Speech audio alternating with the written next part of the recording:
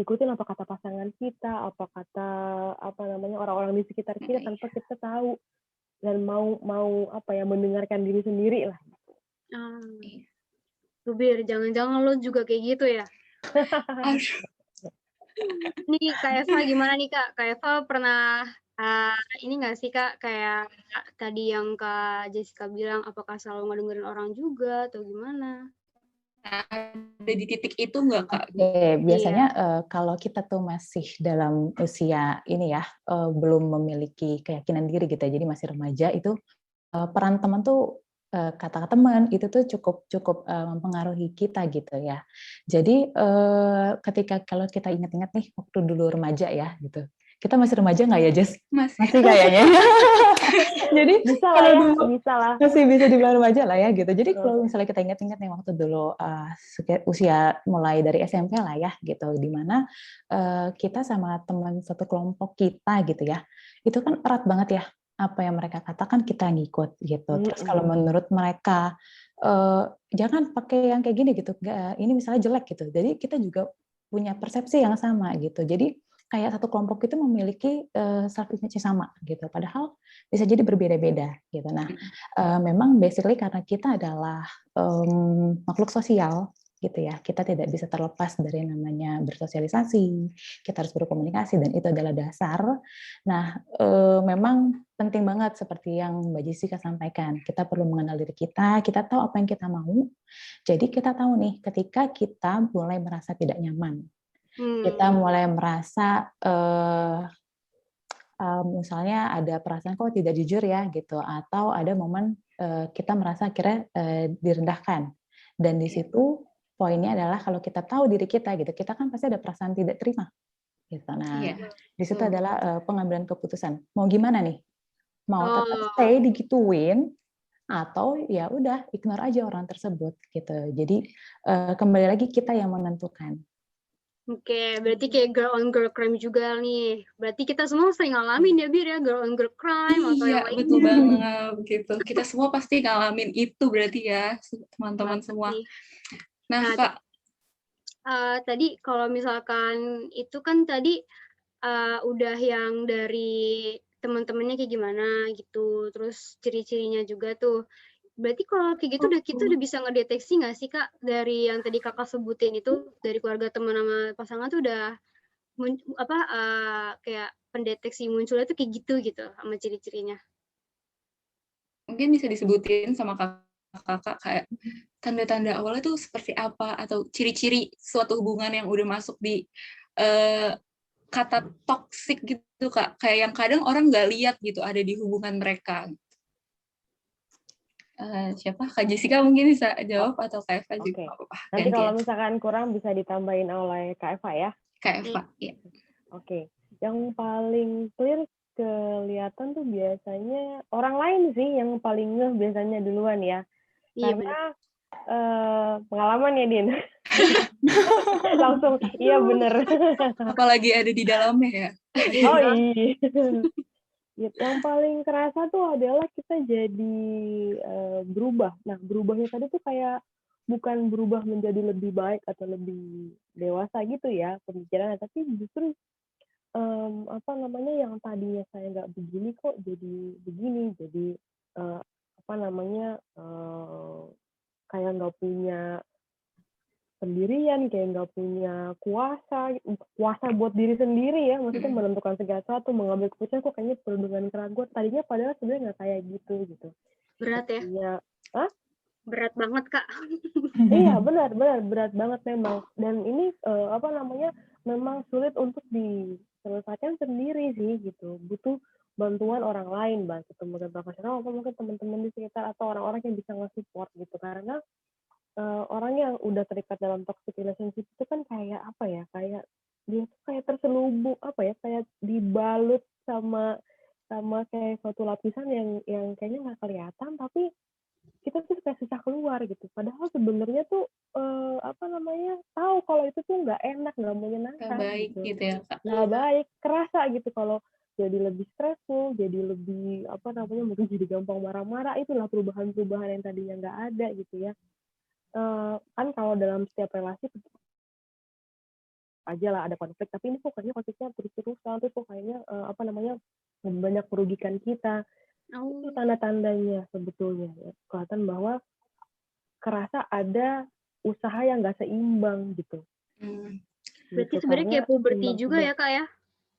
semacam itu gitu, semacam itu. Dan yang paling pentingnya lagi adalah ciri-cirinya itu bikin kita jadi nggak bisa berfungsi dengan optimal. Dalam arti kata begini, mungkin di kuliah keganggu, konsentrasi, Iya. fokus, terus Wajar, Bir. kemudian iya kan, jadi nggak bisa, kayaknya mau belajar nggak masuk-masuk ya, gitu kan. Terus kayaknya Tugasnya nggak dikumpulin gitu ya. tugasnya nggak dikumpulin, tiba-tiba nggak ada kabar, ditanyain temennya ngilang. Nah, terus menarik diri dari teman-teman, Waduh. menarik diri dari orang tua, semuanya di kamar aja gitu kan, karena ngerasa ketakutan itu tadi, atau ngerasa kecemasan sendiri bahwa pengen lepas tapi nggak bisa atau susah kayak gitu. Jadi yang kerasa adalah kita jadi nggak bisa berfungsi secara optimal gitu, yang harusnya kita menyelesaikan pekerjaan tanggung jawab kita sebagai mahasiswa, sebagai anak di rumah, jadi keteteran, padahal sebelumnya itu nggak masalah. Padahal mungkin sebelumnya nggak masalah gitu. Mungkin sebelumnya nggak masalah, atau bisa jadi sudah masalah, tergantung. Makanya ini toxic relationship-nya dari mana dulu, dari pasangan, dari teman kah, atau mungkin malah dari orang tua gitu. Karena bisa jadi dari orang tua bisa. Ya akhirnya membuat anaknya, sebenarnya anaknya mampu, anaknya sanggup, tapi karena orang tuanya mendominasi, orang tuanya overprotective, orang tuanya banyak ngatur, anak jadi nggak punya kemampuan untuk bisa Explore gitu ya, Kak? mandiri, explore gitu. Dan biasanya tanda-tanda fisiknya yang kerasa tuh adalah gini, setiap kali mengingat orangnya gitu ya. Coba kalian ini deh, kalian ingat-ingat lagi ya yang pernah nih ya. Ada reaksi fisik yang nggak nyaman pasti. Ya kalau tiba-tiba dapat telepon dari dia nih gitu, tiba-tiba kayak ada cemas, deg-degan, kok ada tegangnya di badannya, ada apa nih, kayak ada ketakutan. Badannya panas dingin gitu Kak. Badannya panas dingin padahal belum ngomong, padahal chatnya belum dibaca. Tapi udah ada pressure, udah ada tekanan gitu. Atau mungkin sekarang sakit perut gitu, atau jadi sakit kepala. Nah itu berarti kehadiran telepon atau chat itu dari orang itu bisa jadi tanda. Maksudnya begini, kadang ada, kalau misalkan nih kita di chat atau di telepon sama dosen pembimbing, iya itu kan biasanya bikin jadi tegang atau cemas sendiri ya, iya. Tapi kan itu konteksnya adalah karena kita sedang menyelesaikan satu tugas. Nah ini tuh orang ini tuh constantly ya, secara konstan gitu, terus-terusan memberikan efek itu gitu. Kalau misalkan sama dosen kan, misalkan ketika tugas sudah dikumpulin, ya ketika beliau nelfon lagi kan udah nggak ada kecemasan apapun ya. Tapi kalau ini nggak, beda. Orang mau dalam keadaan apapun, orang itu ketika muncul tuh bikin kita jadi ada perasaan tidak nyaman ya. Nggak nyaman. Tuh, jangan-jangan dari audiens sini tadi aku lihat mukanya ada yang kayak ke-trigger deh.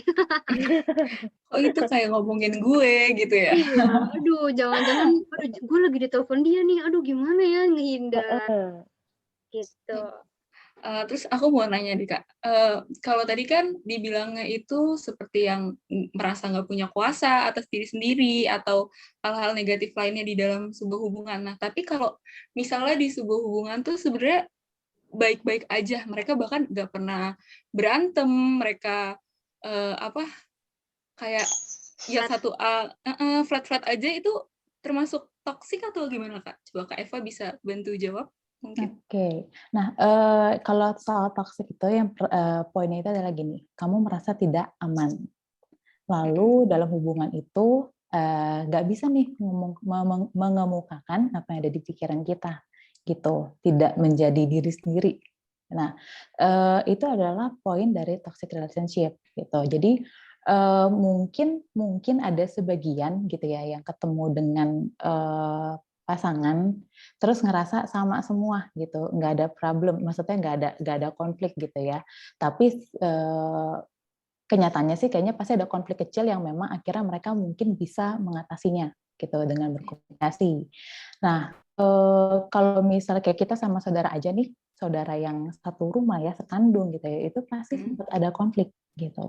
Walaupun kita dididik dari orang tua yang sama, tentu akan ada perbedaan-perbedaan baik itu pemikiran, perilaku, dan itu tentu menimbulkan konflik gitu. Kalau dari aku, kalau dari Jess mungkin mau nambahin. Ya, aku mau nambahin tadi sedikit mengenai apa namanya relasi itu tadi ya, bahwa relasi itu kan bisa dibilang tuh aku mau ngomong apa ya, aku jadi lupa. Larut dari pembahasan. Pemikirannya udah maju duluan Jessica biasanya, terus sampai lupa, waduh mau ngomong apa ya. Iya, bahwa yang paling kerasa adalah tadi benar yang dibilang sama Eva, bahwa kita tuh jadinya nggak ngerasa aman. Kita jadi nggak ngerasa bahwa berhubungan sama orang ini tuh bikin kita nyaman. Kalau dibilang kita nggak berkonflik, bisa jadi begini.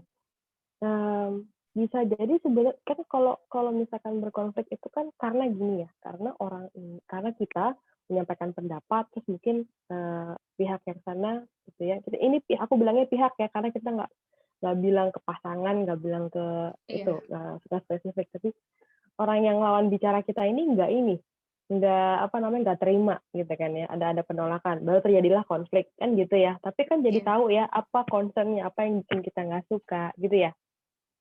Nah, kalau nggak pernah berantem, itu aku tanya lagi sih, pacaran ngapain aja berarti nih? Nggak pernah ngobrol ya. Jadi saling tahu nggak ya karakter masing-masing gitu ya, Jess ya? Jadi tahu nggak? Jadi sebenarnya apa yang dibicarakan sama kalian ketika lagi pacaran gitu? Apa jangan-jangan kalian sama-sama nggak berani untuk mengungkapkan diri kalian apa adanya? Gitu. Berarti ada yang disembunyiin juga ya Kak ya? Iya, mungkin nggak sampai ke toxic banget, tapi bisa jadi tetap nggak bisa jadi diri sendiri, atau bisa jadi udah mencoba untuk mengutarakan pendapat, memperlihatkan diri apa adanya, tapi karena nggak disukai sama pihak yang lawan kita, jadi bikin kita jadi akhirnya takut untuk ngomong. Gitu. Kesannya kayaknya nggak punya konflik, kesannya kayaknya hidupnya harmonis gitu ya. Tapi sebetulnya banyak yang ditahan, karena mau gimana juga, yang namanya kita menyesuaikan diri sama orang pasti ada sih debat kecil, konflik itu mah pasti ada, dan konflik itu bukan suatu hal yang buruk ya teman-teman ya. Jadi kalau konflik kan dalam arti kata bukan berantem baku hantam nih, tapi maksudnya kita mencoba untuk mengutarakan apa yang kita nggak suka, mendebatkan itu, berargumen, tapi secara sehat ya, bukan malah jadinya menyerang gitu. Itu kan membuat kita jadi bisa lebih dikenal oleh lawan bicara kita juga bisa mengenal mereka gitu. Makanya pertanyaannya balik lagi, waktu lagi pacaran, ini ngapain aja nih sampai nggak pernah berantem ya gitu. Ibaratnya kalau kayak sama keluarga kita ada ini kan pertukaran pendapat yang benar-benar harus didengar satu sama lain. Kalau enggak nanti ada yang otoriter atau patriarki gitu ya Kak. Kayak misalkan di keluarga deh ya, kalau kalian kan kebayang nih ya, kok kayaknya keluarganya nggak pernah berantem ya. Misalkan kaliannya nurut-nurut aja nih jadi anak gitu. Nah aku mau hebat tanya, itu. aku mau tanya, kalian beneran nurut apa enggak sebenarnya? Ayo, atau sebenarnya di dalam hati tuh ngedumel, aku tuh nggak itu kan sebetulnya bahwa kita tuh takut ya untuk mengungkapkan itu, bahwa ada rasa nggak aman yang bikin kita ya udahlah daripada nanti, ya udahlah aku simpen aja lah. Akhirnya banyak permakluman ya.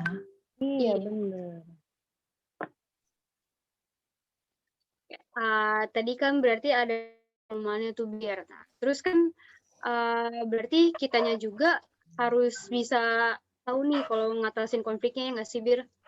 Iya. Nah, terus Kak, kalau dari bahasan kita tadi udah bahas toksik tadi tuh gimana sih Kak caranya kalau misalnya kalau kita mau keluar dari hal tersebut atau mengatasi hal tersebut gitu. Terus kalau misalnya ada nggak sih buat orang tetap stay ada di toksik gitu, di ikatan tersebut gitu. Oke. Oke, mungkin dari aku dulu ya. Nanti mungkin Boleh. Jessica boleh nambahin. Jadi kalau misalnya kita merasa lagi di dalam toxic relationship gitu, jadi mulai merasa nih nggak nyaman. Terus mulai merasa kok kayaknya nggak pernah bisa mengungkap apa dari pikiran kita ya gitu. Jadi harus bagaimana nih? Poin pertama itu kita harus jujur dulu nih sama diri sendiri. Apakah memang ini adalah hubungan yang kita harapkan? Karena poin hubungan itu kan adalah timbal balik ya. Kita Iya, betul. merasa berharga dan kita juga menghargai orang lain gitu. Nah, ketika ada di momen gak nyaman, gak bisa mengungkapkan pikiran, tanya dulu nih ke diri sendiri.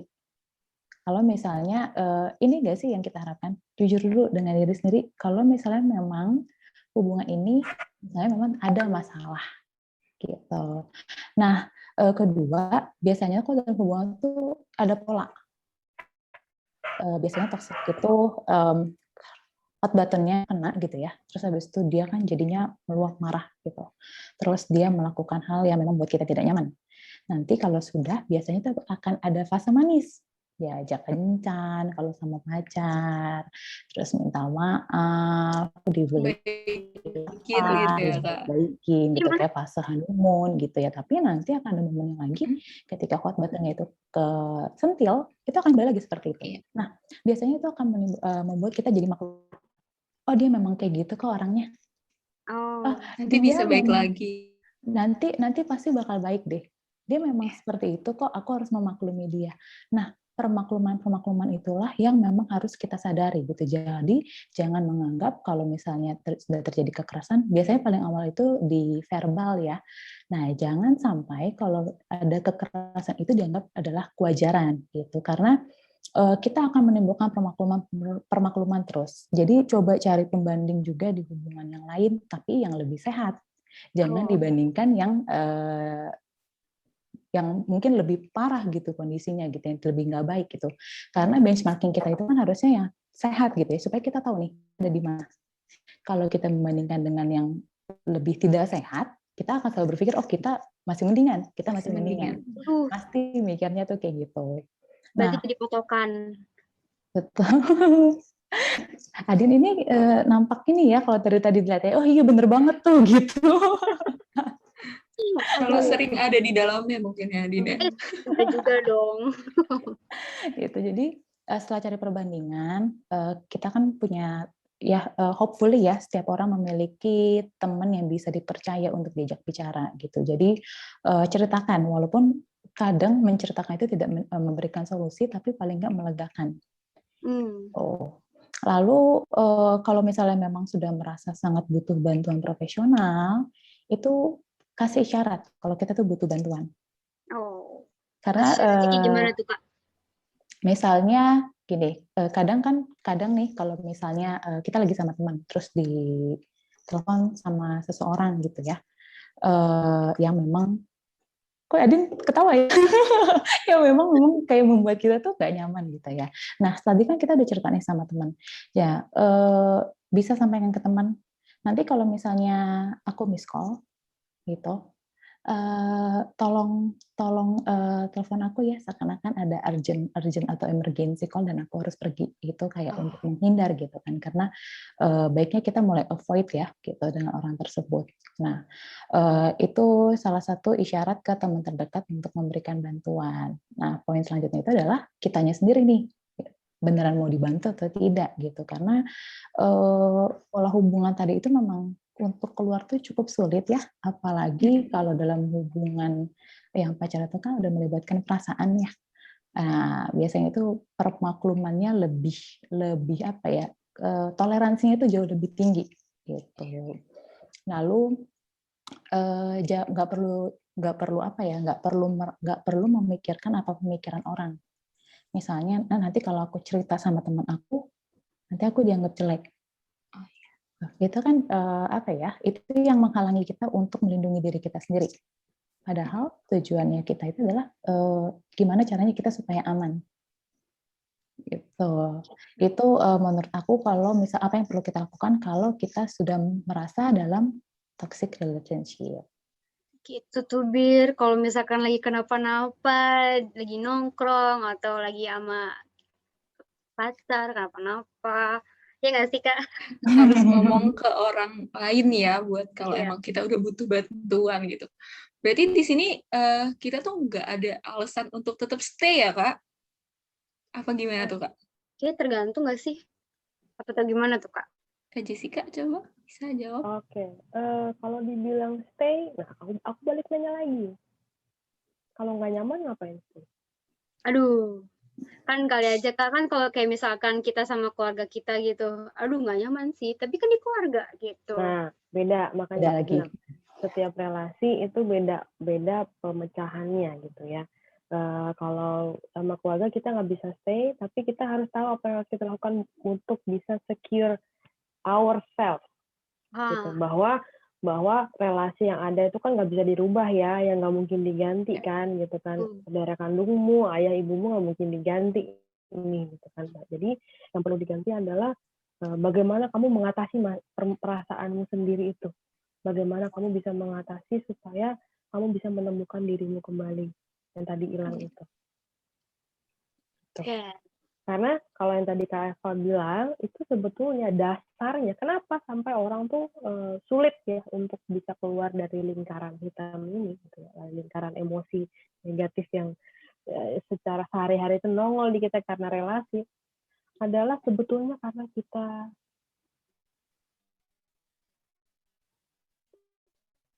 ini, kalian coba renungkan baik-baik ya, pasti ada ketakutan akan Takut kehilangan. itu juga Kak biasanya berhubungan sama orang baru gitu-gitu.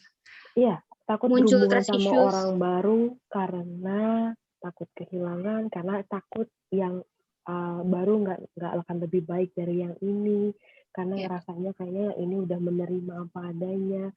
Karena itu tadi. Nah, karena itu sebetulnya adalah hasil dari masa lalu kita, gitu. Kenapa kita bisa punya persepsi kayak gitu adalah hasil dari pengalaman yang sebelumnya, gitu. Bahwa sebenarnya ketika kita membawa diri kita hubungan yang baru tuh kita masih pakai perasaan yang lama, kita masih pakai perspektif yang lama, kita masih pakai cara pandang kita yang lama gitu. Makanya takut banget untuk kehilangannya itu ya. Sebenarnya akarnya tuh di situ karena takut kehilangannya, karena takut nggak akan ketemu lagi, kecemasan-kecemasan lain, ketakutan yang lain, itu yang membuat kamu jadinya sulit untuk mau ngaku bahwa sebenarnya aku tuh tertekan, aku tuh suffer menjalani relasi ini. Aduh. Berarti kayak kalau misalkan emang kita tertekan juga atau kita emang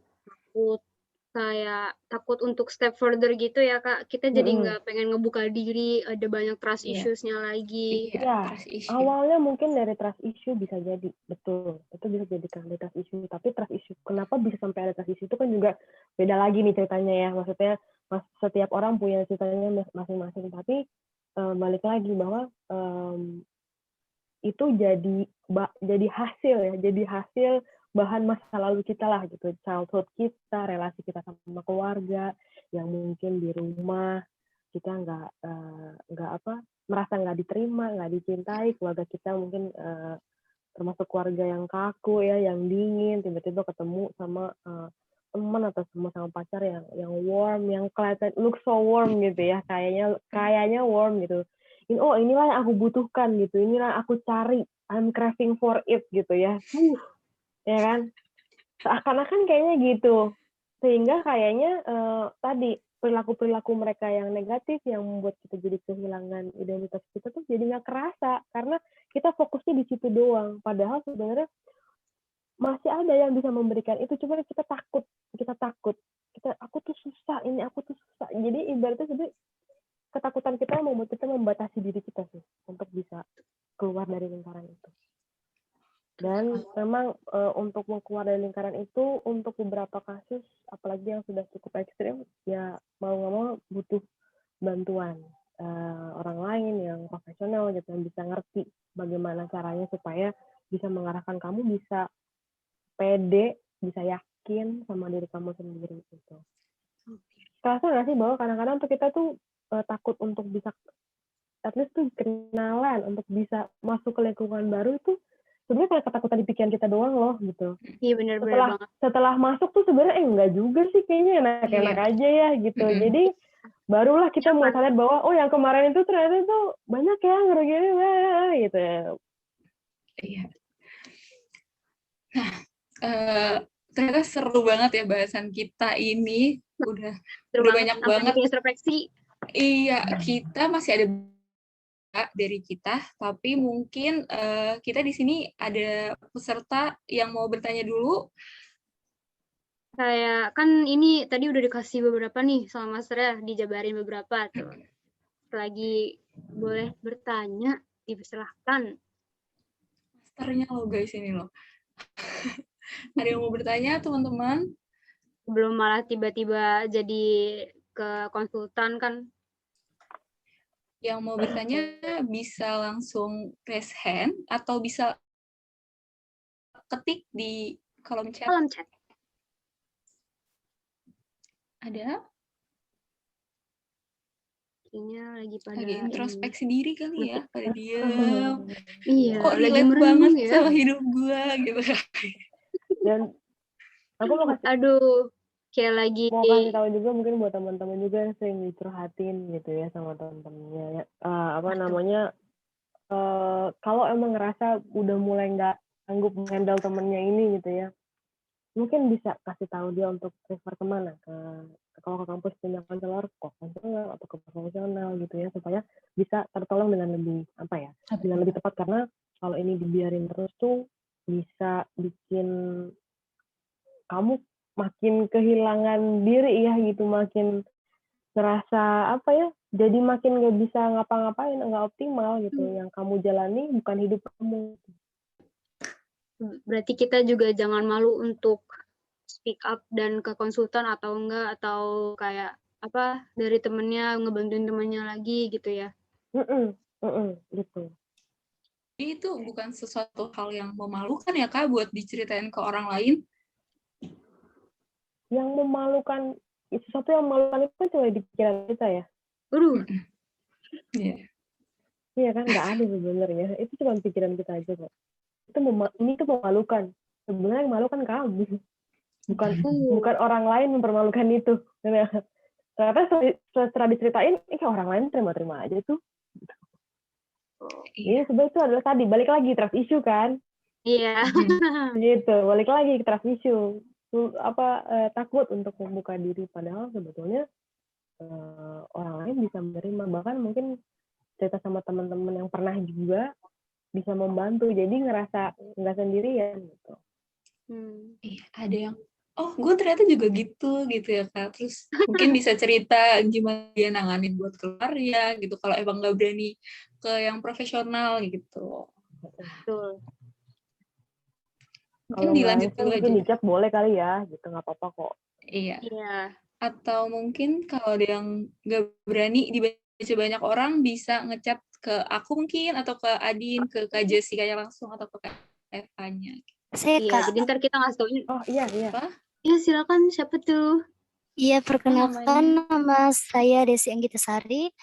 Yang saya mau tanyakan di sini, ya, bagaimana di sini seandainya kalau sikap kita udah baik kan Kak, tapi lingkungan kita nggak bisa nerima gitu, kayak teman ataupun di lingkungan keluarga kayak adik-adik kita kan kayak nggak mengerti kita tuh Kak. Jadi gimana kita menghadapinya Kak? Padahal kita udah coba mengerti mereka dan untuk bergabung sama mereka, tapi mereka masih kayak nggak nerima kita tuh bagaimana Kak? Terima kasih. Itu pertanyaannya.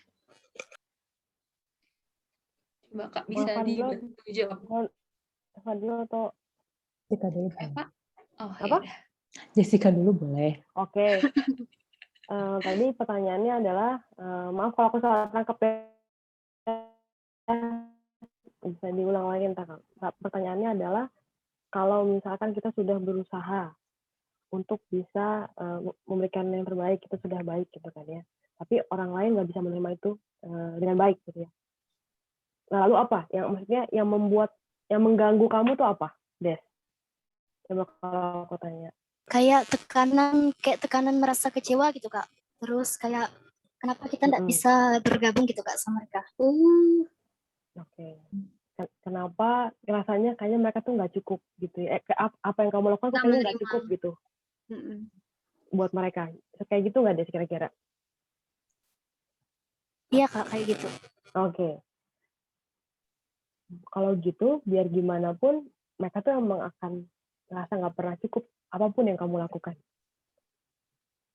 Apapun yang kamu lakukan itu buat mereka berarti nggak akan pernah ngerasa cukup. Kalau kamu ngerasa udah melakukan yang terbaik, ya udah. Pikiran orang nggak bisa kita kontrol. Yang bisa kita kontrol adalah hati dan pikiran kita sendiri. Yang penting kamu sudah melakukan yang terbaik, apapun respon orang lain, biar let go. Karena di hidup ini akan terus banyak orang yang dibanding sama kita, dan kita nggak bisa terus-terusan memenuhi demand orang lain. Semuanya tuh nggak mungkin bisa. Yang bisa kita lakukan cuma memberikan yang terbaik yang bisa kita lakukan.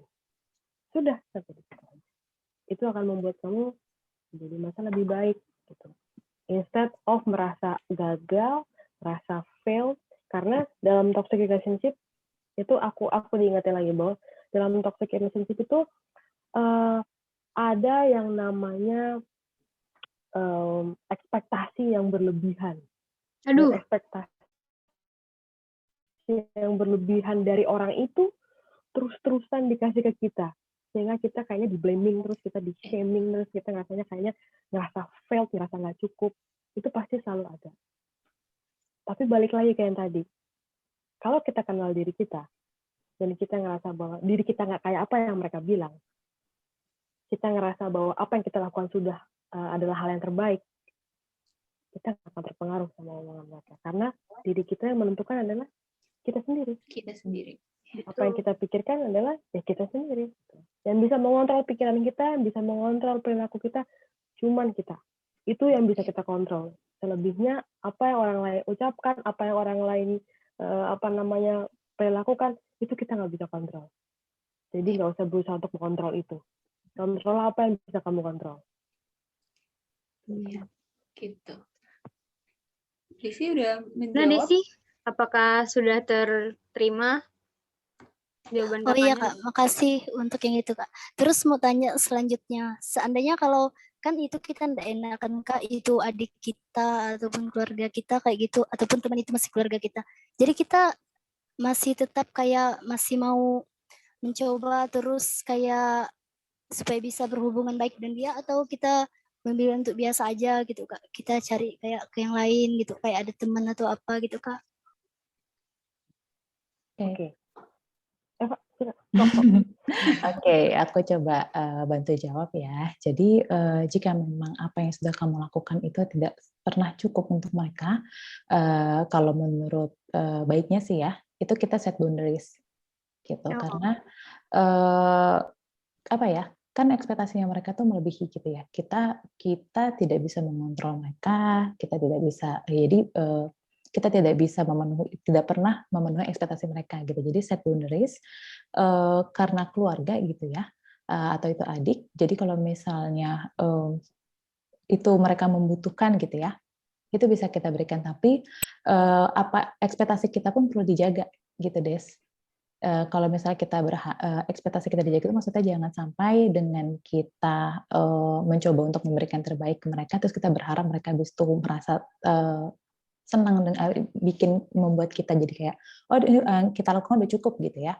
Nah itu kan tidak pernah cukup dengan mereka. Jadi cukup set boundaries, kamu menjalani kehidupan kamu sebagai kakaknya mereka gitu. Ketika mereka membutuhkan kamu ada. Tapi kalau misalnya merasa ini sudah mulai tidak nyaman gitu ya sudah gitu. Cukup secukupnya gitu kalau dari aku. Kayak lagu Hindia ya Kak, secukupnya. Secukupnya. Bisa mampu kamu gitu. Jadi bukan membuat kamu jadi berusaha asal-asalan, semampunya kamu, semaksimalnya kamu bisa, tapi sudah fokusnya di situ aja. Apa yang orang lain respon, apa yang penerimaan orang lain, ya itu urusan mereka. Karena kita nggak bisa ngurusin hati setiap orang ya. Aduh. Apalagi bikin semua orang ya, itu bikin tugas semua kita orang nggak mungkin bisa gitu. Jangan maksa untuk memenuhi ekspektasi orang mungkin ya Kak. Ya, itu mungkin berarti ekspektasi kita juga yang ketinggian. Standar kita adalah mencoba untuk tampil perfect, memenuhi semua apa yang orang lain minta, ya nggak bisa. Kita bukan Superman. Biar memplease everyone gitu ya Kak ya. Yes. Oke, makasih ya Gimana Desi. Desi? Apakah sudah terpenuhi? Sudah diterima? Oh iya Kak, sudah jelas Kak. Udah Nah, terpenuhi. Makasih Kak. Oke, terima Makasih kasih ya, banyak juga Desi. ya Ya, Desi makasih ya Desi sudah buat bertanya. pertanyaannya. Nah, sekarang kita sesi pertama ini 3 dulu ya. Ini ada yang resen, ada Olivia Caroline. Olivia Caroline bisa langsung on mic. Oh ya, selamat sore. Sore. Nama saya Olivia, saya dari Universitas Sumatera Utara. Nah, kebetulan saya di sini sebagai pendengar dari cerita teman saya. Nah, jadi seperti yang saya tahu nih, teman saya ini kan orangnya humble, terus dia orangnya yang tipe supel gitu. Nah, jadi dia itu nggak memilih temannya tuh harus satu gender ataupun beda gender. Nah, kebetulan karena dia supel, orang selalu suka sama dia. Mostly tuh laki-laki suka berteman sama dia. Terlepas aku nggak tahu ya, memang laki-lakinya ini memang ingin berteman atau mungkin ada maksud lebih dari berteman. Nah, jadi di sini posisinya dia juga udah punya pacar. Nah, kalau yang dari orang lihat dari luar tuh mereka tuh pasangannya goals banget. Kayak nggak pernah berantem. Dan dia nggak pernah kayak misalnya ribut sama orang tuh kan curhat-curhat di second account. Dan dia nggak pernah begitu. Apapun ada cerita yang nggak enak tuh nggak pernah ketemu. Nah, tapi saya di sini sebagai sahabat dekat dia dan cuma saya yang diceritain dia gini. Dan dia bukan tipe orang yang cerita-cerita kalau misalnya ada masalah gitu. Nah, jadi agak kaget karena kemarin dia pernah cerita, dia pernah sedih banget. Pacarnya ternyata tipenya pencemburu gitu. Nah, tapi yang saya tahu sampai detik ini teman saya bukan tipe yang gatal ataupun memang banyak laki-laki yang dekat, dia enggak, tapi dia nggak akan noleh, dia hanya nengok ke pacarnya. Nah, kebetulan pacarnya ini tipe yang pencemburu. Nah, jadi dia ada perubahan sikap beberapa belakangan ini, dia seperti mengeliminasi teman-teman dia yang laki-laki. Jadi misalnya kayak dia dulu punya teman agak dekat, nah selain pacarnya ini, kayak bestie dia di kelas tuh ada laki-laki. Tapi karena pacarnya ini agak tipe pencemburu gitu, dia mulai ngeliminasi teman-temannya laki-laki. Dan itu awalnya juga dia awalnya nggak langsung sadar.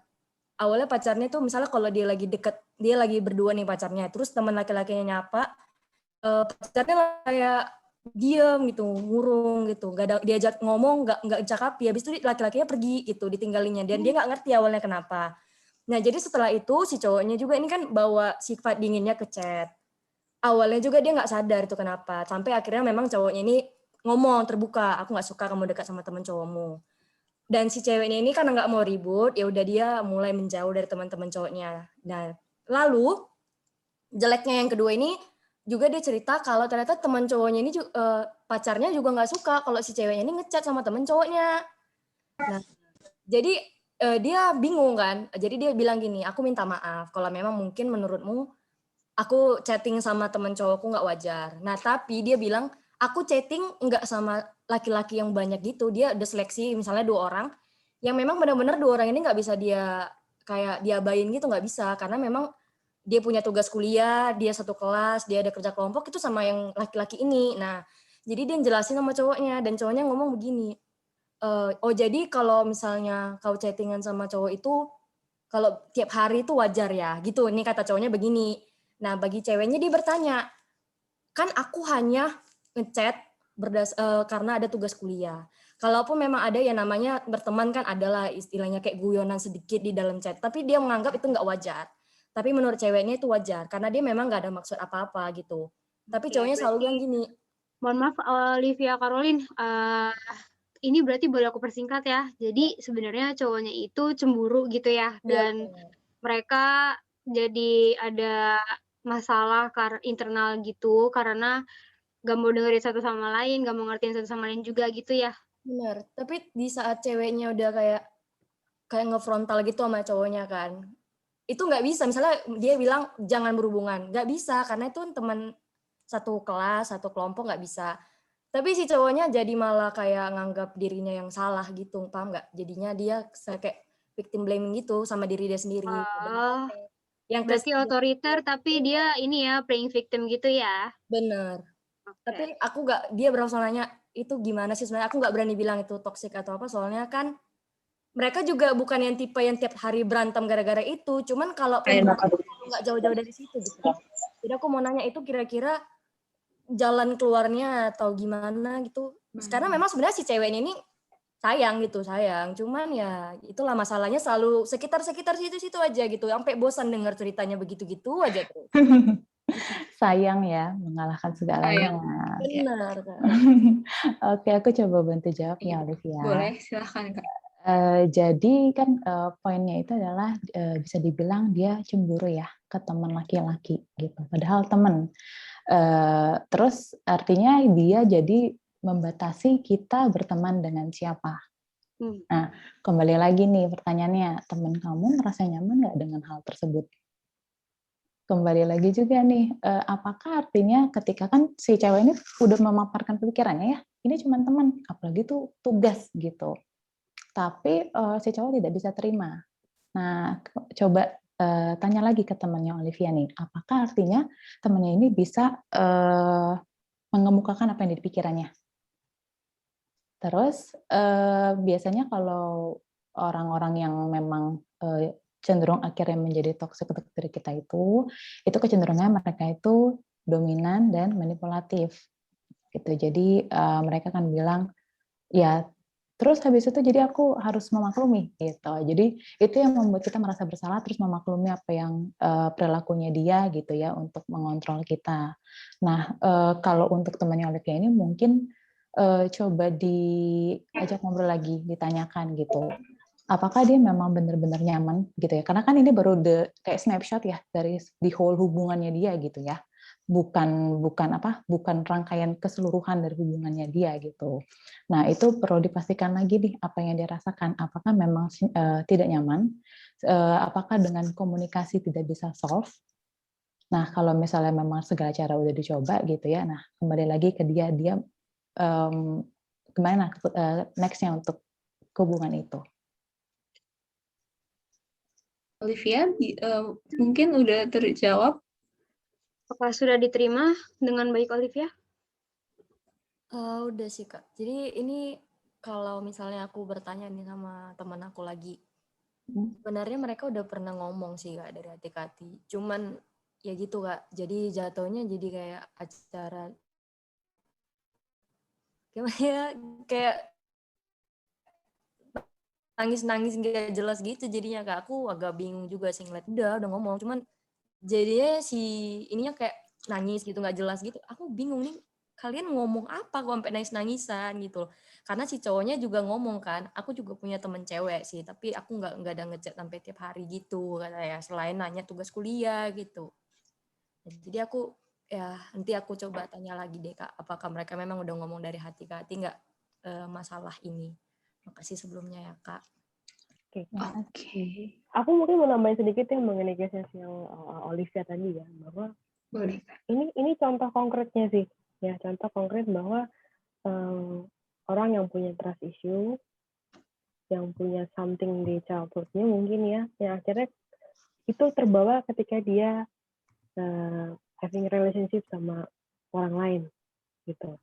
Bisa jadi nih Alif ya, bisa jadi mungkin cowoknya itu juga pernah punya pengalaman gak enak tentang tadi ya, tentang apa namanya berpasangan, sehingga akhirnya dia bikin orang tiba-tiba jadi jealous gitu kan, juga pasti ada sebab-sebabnya ya gitu ya. Jadi jealous banget, jadi nggak susah buat percaya. Nah, apa namanya, kalau teman kamu bener-bener jujur bilang itu nggak ada apa-apa sama teman-teman cowoknya, berarti kan mungkin problemnya ini ada di cowoknya nih ya. Mungkin cowoknya punya pengalaman sebelumnya. Itu yang tadi aku bilang bahwa rasa sakit, rasa painful di hubungan sebelumnya dia bawa lagi ke relasi ini gitu, sehingga ini yang bikinnya jadi nggak bisa mengontrol apa namanya emosi, rasa jealousnya dia ke ceweknya. Nah, itu juga mungkin mesti dicari tahu sebetulnya kenapa sih cowoknya sampai sebegitu jealousnya, apakah dulu punya pengalaman apa gitu, punya experience yang nggak enak apa gitu, sampai kayaknya kok mudah banget gitu untuk masa jealous sama temenmu. Mungkin itu sih, itu yang perlu dicari tahu juga, ada apa sebelumnya gitu. Gitu, Olivia. Gimana Udah Olivia? ya, udah menjawab pasti. Ya, makasih atas sarannya juga ya Kak Jessica. Nanti akan aku coba saranin juga ke teman. Oke. Terima kasih Oke. banyak juga ya Olivia udah bertanya. Makasih. Mungkin satu lagi ada yang mau raise hand. Kalau nggak ada yang raise hand, coba kita baca dari kolom chat satu. Ada yang mau raise hand? Ini kita Ada baca yang dari Bir, kolom chat dulu dari aja kali ya. Gabriel Oh, ya. nih. Oke, Gabriel Elsa yang Nanda. Siapa? Gabriel Elsa. Gabriel Elsa. Oh, Oh, Elsa. oke. Kenal nih kayaknya. Coba. Boleh? Halo, Elsa boleh? selamat sore Suster, selamat sore Kak. Halo. Sore. Saya Elsa dari D3 Tarakanita. Sebelumnya saya mau sharing sedikit. Saya tuh dulu punya hubungan yang emang sedikit buat nggak nyaman, tapi saya juga bingung dulu buat ngelepasinnya karena waktu itu kan saya pernah aktif dalam sebuah organisasi dan juga saya pengen mengejar impian saya gitu, maksudnya pengen jadi cewek yang bisa ngapain aja, pengen aktif gitu. Tapi cowok saya dulu dia tuh memberikan sebuah dukungan, tapi bukan dengan kata-kata yang sebagai penyemangat, tapi dia menyemangatinya kayak bilang, iyalah cuma segitu doang, kurang lah. Maksudnya dia membandingkan diri saya dengan diri orang lain, tapi dengan embel-embel supaya saya lebih semangat dan terpacu untuk bisa lebih daripada itu. Dan sejak saat itu saya berpikir apakah itu sebenarnya toksik. Cuman akhirnya saya memutuskan kalau itu toksik dan akhirnya saya untuk ya udahlah memutuskan hubungan itu. Tapi saya sampai sekarang masih mikir Kak, itu tuh sebenarnya toksik atau bukan. Gitu Kak. Terus nanti kalau misalnya saya amit-amit tapi ya kalau misalnya nanti suatu saat saya kejadian seperti itu lagi, apakah yang saya harus lakukan, maksudnya saya harus berbicara apa gitu. Terima kasih Kak. Terima kasih buat Elsa. Kak Eva mungkin bisa. Oke, aku coba bantu jawab ya Elsa. Nah, jadi kalau dari sebelumnya thank you ya Elsa untuk sharingnya. Jadi kalau misalnya dengar dari sharingnya Elsa ini kan kita bisa mendengar dulu tuh kayak selalu kurang gitu ya. Jadi tujuannya mungkin memotivasi, tapi kita menangkapnya jadi dalam bentuk kritikan gitu. Jadi kayak ini selalu kurang, ini pasti bisa lebih gitu ya. Dan itu kalau Elsa sampai merasa tidak nyaman, artinya Elsa merasa jadi perasaan jadi lebih buruk gitu. Tidak bisa menerima itu sebagai motivasi gitu. Nah, kalau misalnya mau mengatakan itu apakah dalam toxic relationship atau tidak, itu salah satu cirinya sih. Tapi kembali lagi kita tidak bisa langsung menjudge, oke itu adalah toxic gitu, karena kan ada beberapa cirinya gitu ya. Tapi kalau misalnya Elsa sudah memutuskan itu kemarin sudah berlalu, ya terus habis itu nextnya gimana nih? Nextnya kalau menurut hubungannya sehat itu adalah gimana kalau misalnya Elsa itu bisa merasa lebih baik, bisa dimotivasi dengan caranya Elsa gitu, bukan dengan kritikan, tapi ya ada pujian. Dikomunikasikan gitu ya Kak ya. Betul. Ada perasaan dihargai usahanya gitu. Tidak serta-merta apapun itu yang udah kita capai kayak dikritik tidak pernah cukup. Karena seperti apa ya? Seperti kalau misalnya kayak bisanya ular gitu ya. Kayak bisanya ular, kalau ularnya kecil gitu, tapi bisanya itu bisa membuat kita benar-benar jadi kena racun. Sama seperti kalau dalam hubungan kita selalu dikritik, kita tadinya memiliki self-esteem yang baik, lama-lama itu juga bisa runtuh. Gitu. Kalau dari aku itu dulu sih. Mungkin pakar hubungan, Mbak Jessica. Aku balikin lagi ke Elsa sih. Elsa waktu habis putus gimana rasanya? Ayo. Gimana Kak? Kurang jelas. Sorry. Iya, waktu habis putus gimana rasanya? Malah getting better atau gimana? Sebenarnya agak sedikit lega karena saya bisa putus, maksudnya udah nggak terhubung dengan orang yang kayak gitu lagi. Cuman dengan caranya dia memotivasi saya seperti itu, jadi saya insecure gitu loh Kak. Jadi saya nggak pede dengan apa yang saya kerjakan, apa yang saya capai gitu. Jadi saya Ya. takut untuk memulai lebih lanjut seperti apa Kak. Makanya jadi menutup diri Kak efeknya Oke, gara-gara itu, ya. iya. Ya, jadi kalau bisa dibilang mungkin itu salah satu jalan menuju toxic mungkin ya, karena kamu udah mulai ngerasa insecure tuh jadinya. Yang tadinya mungkin enggak jadi cemas, jadi menutup diri gitu kan ya. Ya itu mungkin salah satu apa ya bisa dibilang tanda awal. Tapi untungnya karena kamu sudah mengenali dan kamu ngerasa nggak nyaman, oke udah deh aku cut aja deh nih orang gitu kan ya.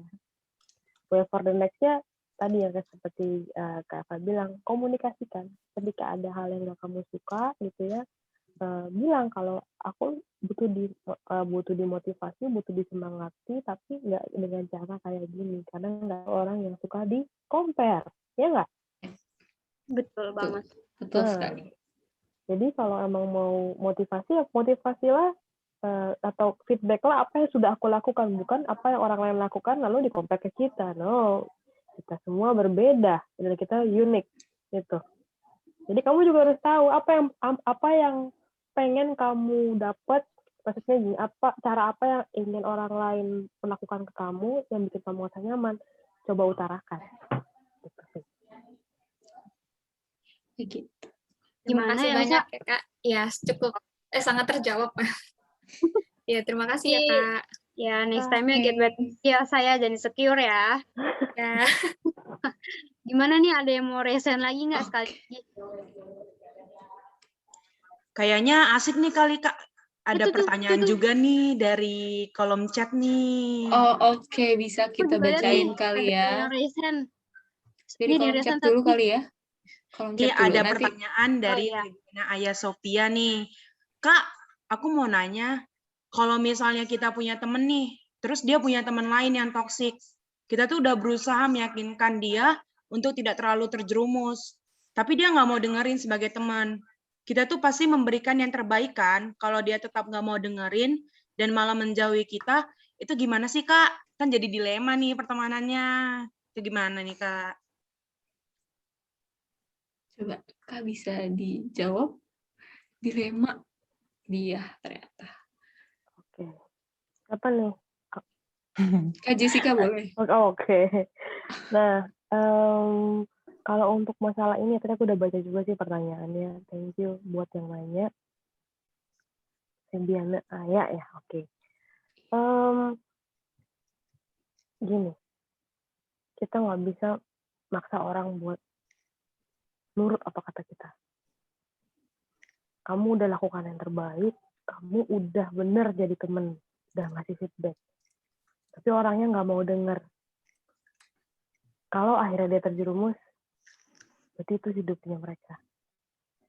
Itu kan bukan hidup kamu. Jadi jangan buat masalah mereka atau hidup mereka jadi masalahmu.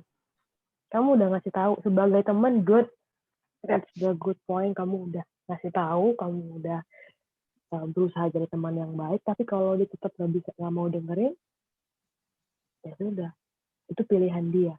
Iya bener. Jadi semua orang itu ada pilihannya masing-masing gitu ya Kak ya? Ya, betul. Itu tadi aku bilang, kita set up boundaries. Sebagai teman, aku sudah melakukan bagianku, ya selebihnya untuk bisa merubah dirinya, ya kan itu bagiannya dia, nggak bisa kita yang. Iya. Ini kok kalau misalkan tadi kayak gitu tuh, ada yang emang udah mencoba biar nggak terjerumus. Terus kalau misalkan emang dari temannya sendiri, emang mencoba menjauh gitu Kak, karena dia sendiri merasa yang mencoba ininya dia tuh jatuhnya lebih kayak lo ngasih saran tapi lo ngasih ngendalin keputusan gue gitu. Kalau kayak gitu gimana Kak? Jadi akhirnya menjauh gitu. Mengendalikan keputusannya. Iya. Itu dirasa sama orang itu mengendalikan keputusannya baru akhirnya menjauh. Iya, kali aja gitu. Ya itu pilihannya dia kan? Iya benar-benar. Iya kan, kita kan sebagai orang luar, sebagai yang melihat bahwa itu adalah satu hal yang tidak baik, adalah ya tugas kita adalah ngasih tahu ke mereka, ke orang-orang ini. Kalau mereka aja nggak terima, ya udah kita mau Iya. mau bilang apa? Itu kan kehidupannya mereka nggak kita bisa. Berarti mungkin untuk saat ini ya temanmu ini mungkin ya temanmu ini gak worth it buat jadi teman kamu sekarang gitu. Gitu karena kalau teman yang baik itu kan juga sama ya komunikasi ya. Kasih Betul. pendapat, kalau nggak suka ya ngomongin, tapi kalau menjauh berarti kan dia menghindari Iya. kita kan ya. Ya berarti mungkin kita Introspeksi saat kah atau gimana? ya, saat ini mungkin bantuan kita hanya sampai di situ yang bisa kita lakukan, udah gitu aja. Iya. Iya betul. Karena kita sendiri nggak tahu apa yang baik untuk teman kita atau bagaimana ya Kak Iya, ya. betul. Iya. Kita jadi temen juga punya porsinya mungkin ya, Kak. Ya, Oke. kita sebagai teman, itu tadi kayak aku bilang boundaries. Eva juga tadi sempat bilang boundariesnya sebagai teman kita role-nya adalah memberitahu. Benar, itu udah benar. Justru kalau kamu mau ngasih tahu, malah kamu salah. Ya, kamu udah ngasih tahu yang benar nggak apa-apa ya, nggak perlu ngejauh kan? Iya, tapi kan dia memilih untuk menjauh nih ya sudah.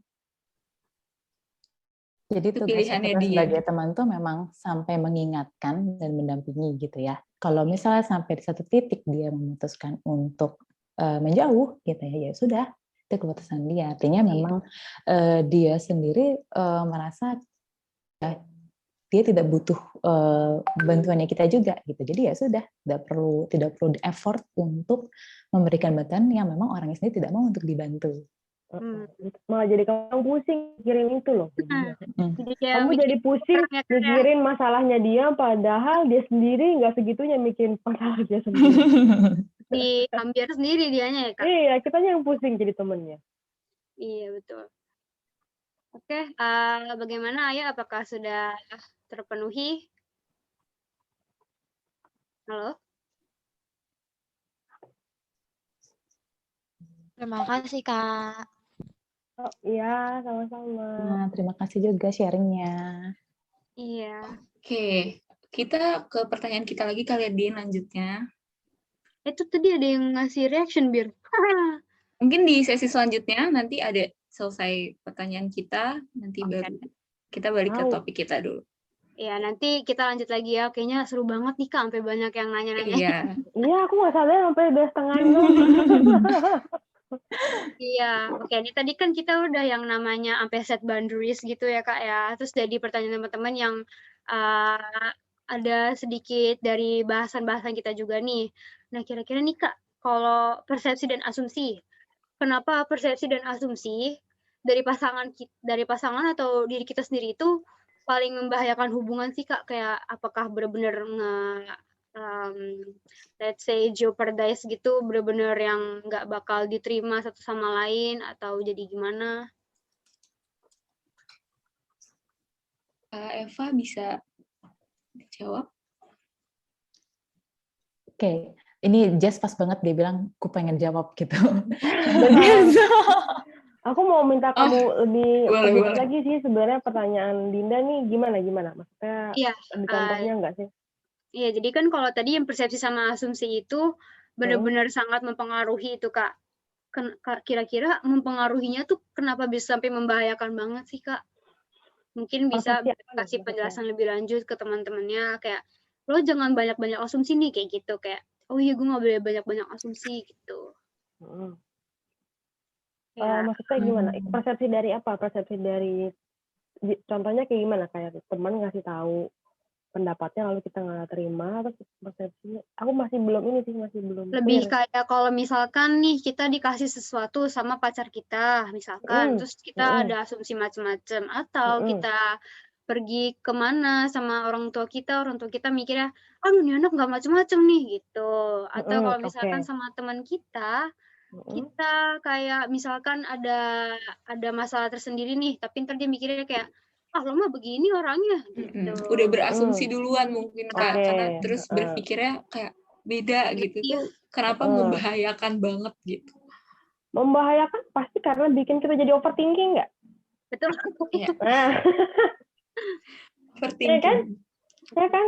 Jadi itu sebenarnya kita tuh ngembangin cerita gitu. Kayak faktanya tuh satu, tapi karena kita berasumsi kan ya. Kan faktanya adalah misalkan gini, kayak contohnya tadi kan kamu bilang, pacar kamu ngasih barang ke kamu gitu ya. Faktanya kan cuma dia ngasih barang ke kamu. Tapi kamu bikin fiksi, kamu bikin cerita sendiri bahwa Cerita sendiri. nanti tuh ini, akhirnya overthinking sendiri, tuh cemas sendiri, pusing sendiri. Membahayakan nggak menurut kamu tuh? Iya. Iya sih, membahayakan banget. Udah gitu kita jadi kayak berat di diri kita sendiri gitu ya, Kak. Iya, benar gitu. Jadi makanya ketika kita punya asumsi, kalau bisa ada kesempatannya, aku selalu ingatkan ke klien aku, semua itu konfirmasi, tanya. Benar nggak itu yang kamu pikirin? Benar juga sih. Konfirmasi, tanya. Kan lebih baik nanya ya. Kayak ada pepatah bilang, lebih baik bertanya daripada sesat di jalan. Di jalan. Iya. Jadi sebenarnya karena seringkali yang kita hidupi, yang kita percayai itu adalah yang nggak nyata. Tadi aku bilang fiksi, cerita yang kita buat-buat sendiri itu yang sebenarnya sering banget jadi bahan pertimbangan kita. Padahal sebenarnya faktanya nggak kayak gitu. Nah, berarti ibaratnya kita membesar-besarkan sesuatu yang remeh gitu ya. Iya. Kalau dibilang remeh mungkin enggak, tapi maksudnya akhirnya kita mengembangkan suatu cerita atau fakta yang akhirnya bikin kita rugi sendiri, pusing sendiri, cemas sendiri gitu kali ya. Iya. Gitu. Dan Masih biasanya beban kan buat diri sendiri gitu ya, Kak. Iya, dan biasanya juga mempengaruhi perilaku kita ya ujung-ujungnya ya. Bener. Dan kalau kita terus-terus kembangin itu, terus-terus berpikir kayak gitu, nggak pernah konfirmasi, nggak pernah coba tanya, nggak pernah coba komunikasikan, ya akhirnya kita bisa jadi frustrasi yang lama-lama depresi sendiri.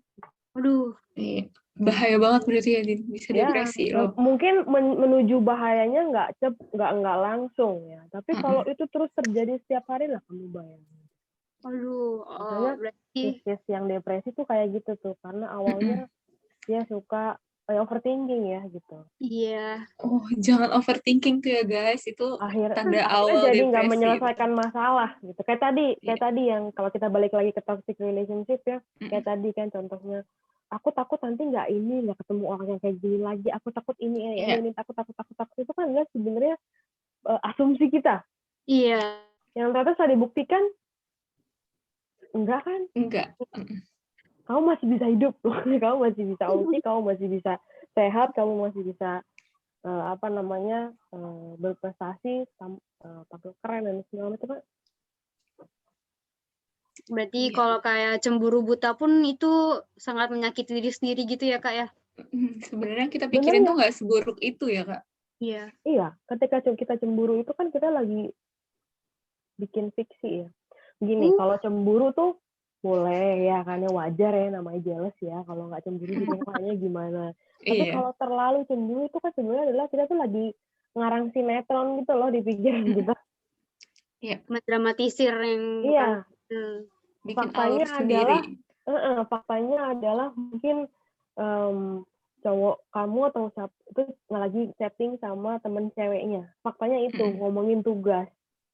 Tapi karena ngomongin tugas ini, kamu berpikir bahwa jangan-jangan mereka sering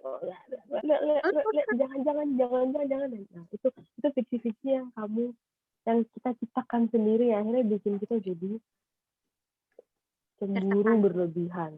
Jadi ngelihat ada chat dari cewek baru satu, padahal tuh ceweknya juga nggak deket-deket banget sama pacar kamu karena emang masalah tugas tadi.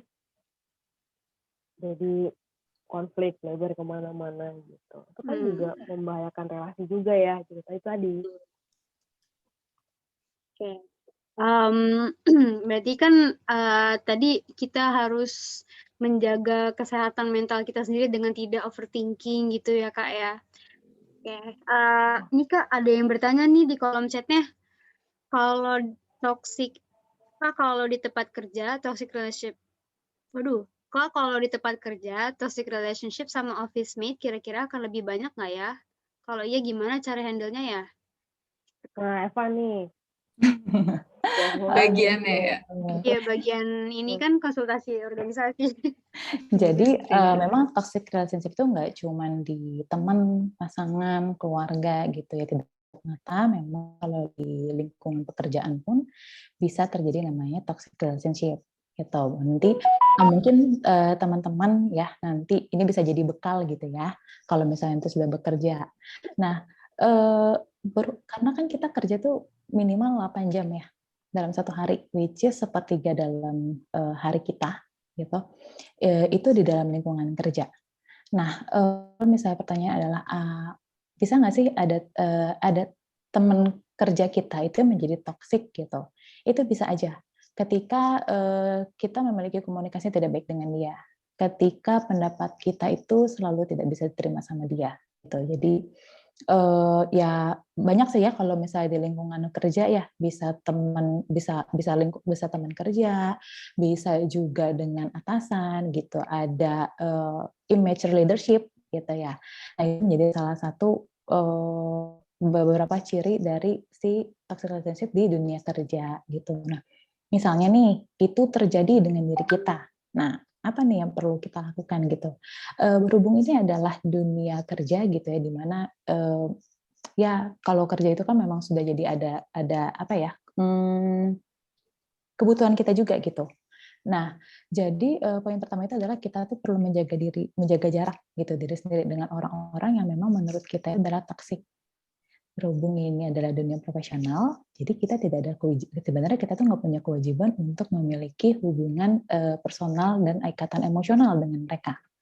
Sebenarnya poinnya adalah kan apa yang butuh dari kita gitu kita kerjakan, kita selesaikan, ya sudah sampai di situ aja gitu. Terus misalnya setelah kita bisa gitu ya jaga diri, kita tetapin tuh batasan tadi. Ya udah kerja memang hanya untuk kerja aja gitu. Nah, poin pentingnya lagi itu memang kalau misalnya lagi komunikasi dengan rekan kerja, biasanya kan ada salah paham ya, supaya itu tidak berlarut-larut gitu. Jadi baiknya sih kesalahpahaman itu coba kita komunikasikan, baik itu ke teman kerja kita ataupun manajer kita, atasan kita. Lalu ini penting, tapi biasanya agak sulit untuk dilakukan. Jadi hindari bergosip gitu ya, drama di kantor itu kalau bisa kita mulai hindari gitu, karena balik lagi kita tujuan utamanya tadi kan udah mulai menjaga jarak nih dengan dengan toksik gitu di dunia kerja. Lalu apalagi ya bisa kita lakukan ya kalau dunia kerja. Nah kalau misalnya itu semua udah kita lakukan gitu ya, kita harus sadar kalau misalnya kita itu nggak bisa mengontrol apa yang orang katakan dan apa yang orang lakukan gitu. Tetapi kita bisa mengontrol apa yang kita katakan dan kita lakukan. Jadi kita yang memiliki kendali penuh atas emosi kita, perkataan kita, perilaku kita. Kalau misalnya dengan coping dengan cara tadi gitu ya, coping tadi itu memang tidak merasa kurang berhasil, nah kembali lagi nih keputusannya ke kita. Apakah kita memang mau stay di sana dan memang siap bertahan gitu ya untuk kondisi seperti itu, atau memang kita akhirnya memilih sepertinya ada yang lebih baik di luar sana dengan kondisi yang lebih baik. Kira-kira itu semoga membantu. Aku mau kasih tambah sedikit paling ya. Oh iya, boleh Kak. Gini, bahwa tadi kita balik lagi ya, kalau relasi itu kan berarti ada di mana-mana ya, termasuk di kantor. Nah ini juga kita kalau dari sisi toleransi kita juga perlu bisa telaah sih bahwa sebenarnya apa sih yang membuat kamu merasa tempat kerja kamu itu toksik? Apakah mungkin ada hal-hal yang bisa kamu selesaikan di diri kamu dulu juga gitu? Jadi masalahnya tuh di mana? Karena personality kita ya tadi personality kita itu bisa membuat kita juga berperilaku hal yang serupa di dunia kerja gitu. Contohnya kayak tadi ngikut, nurut terus gitu-gitu karena takut ngomong, karena takut ngelawan, soalnya pengalaman sebelumnya di rumah di apa tuh emang nggak terbiasa untuk itu kan juga sebenarnya saling berhubungan ya. Gitu. Jadi perlu diketahui gitu bahwa apa yang jadi penyebab kamu merasa toksik ini? Apakah memang lingkungannya gitu juga dan apakah mungkin itu juga ada kontribusi dari kamunya juga yang akhirnya membuat ini jadi toxic. Iya, oke, makasih Kak Jessica dan Kak Eva. Mungkin ini pertanyaan terakhir ya, baru kita masuk ke sesi sharing dan tanya jawab lagi. Iya. Ada nggak sih Kak solusi buat kita nih yang nilai diri kita suka toksik atau nilai diri kita negatif gitu Kak? Ada nggak Biar solusinya? menjadi apa ya, ibaratnya merefreshkan mental. Kok merefreshkan apa ya, menyegarkan hati gitu. Kak Eva boleh dulu nanti dilengkapi juga sama Kak Jessica. Oke, tadi boleh diulang pertanyaannya? Solusinya buat kita sendiri yang menganggap diri kita toksik atau negatif gitu, kira-kira kita harus bagaimana ya? Iya. Oke. Jadi kalau misalnya ternyata bisa jadi kita adalah yang toksik gitu ya. Nah, poin pertama yang perlu kita lakukan adalah kita mesti paham dulu nih tentang diri kita. Tadi Kak Jess juga udah sampaikan ya, kita mengenal diri itu adalah hal yang penting. Nah, poin pertama itu adalah perlu mengenali kenapa kita marah. Apa yang membuat kita terpicu, tadi yang aku sempat sampaikan, red button kita, hot button kita. Apa sih yang membuat itu tersentil? Entah itu merasa diremehkan, entah itu direndahkan, atau ditertawakan, gitu. Nah, setelah kita mengenal hal itu, kita tahu, kita kenalin lagi nih perubahan fisiologis kita. Ketika kita marah kan setiap orang punya efek fisiologis yang berbeda ya. Misalnya jadi tangannya dingin. Terus ada juga orang yang jadi mulai nafasnya jadi lebih pendek, jantungnya mulai berdebar lebih cepat gitu ya. Nah, itu perlu dikenali juga oleh diri kita. Setelah kita menyadari hal tersebut, ya paling enggak itu membuat kita jadi aware. Kalau itu kita udah sampai di titik itu, kita berarti kan sudah ini harus ditahan. Jangan sampai apa yang kita katakan, apa yang kita lakukan bisa menyakiti orang lain ataupun merugikan orang lain. Gitu. Kembali lagi dengan bercerita gitu ya dengan orang lain itu membuat kita merasa lebih sedikit lega gitu, dan dengan proses mengenali diri kita, apa yang membuat kita marah, perubahan fisiologis kita ketika kita marah, itu artinya kita juga udah mulai aware nih dengan perasaannya kita. Nah, kalau udah aware, udah tahu, udah mulai mengarah ke sana gitu ya, coba cari cara untuk mengekspresikan apa yang kita rasakan dengan tepat. Jadi kan nggak harus selalu dengan marah-marah ya, nggak harus selalu dengan misalnya marah atau ada yang mulai karena nggak bisa marah, ujung-ujungnya ada yang membanding sesuatu, gitu. Atau ada malah yang malah diem doang, nggak disampaikan sama sekali. Nah, coba cari cara bagaimana untuk mengomunikasikan hal tersebut, gitu, menyampaikan apa yang kita inginkan. Iya. Kira-kira seperti itu. Oke.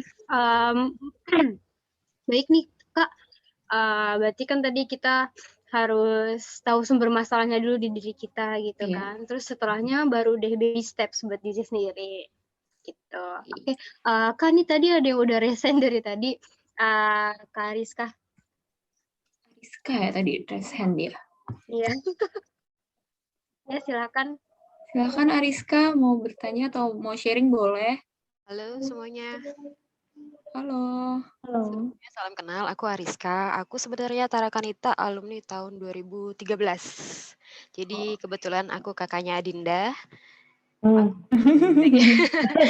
kakaknya Adinda. Acara keluarga jadinya. Mirip ya, pantesan mirip ya, ada mirip-mirip ya.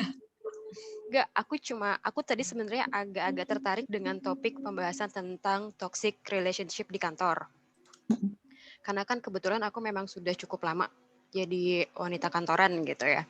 Aku hanya ingin menambahkan sedikit sih, karena sebenarnya gini, kalau di kantor itu kita akan bertemu dengan orang-orang dari banyak usia. Kalau kita di kampus, kita di sekolah, biasanya itu hanya yang sejajaran usianya. Paling beda 1 tahun, 2 tahun, senior kita atau junior kita, atau guru, atau suster, atau dosen-dosen lainnya. Tapi kalau di kantor itu, hawanya tuh beda banget, karena kita harus memposisikan diri kita itu mampu komunikasi yang baik sama orang-orang yang mungkin umurnya udah 40 tahun ke atas, 50 tahun, menjelang pensiun, itu tuh semuanya beda-beda. Dari segi usia itu kita harus membedakan cara ngomong kita bagaimana, ya kan? Dan pola kerjanya bagaimana. Karena yang sudah saya pernah lewatin, perbedaan cara sistem kerja di suatu perusahaan dan perusahaan lain itu kan berbeda. Ada yang ritme kerjanya itu tinggi. ada juga yang ritme kerjanya itu rendah. Jadi mereka tuh lebih banyak waktu luang untuk ngobrol, untuk ngegosip. Nah, biasanya untuk waktu luang yang banyaknya itu malah lebih ngegosip, itu lebih banyak dilakukan oleh ibu-ibu atau bapak-bapak yang menuju pensiun. Bener nggak? Ya kan?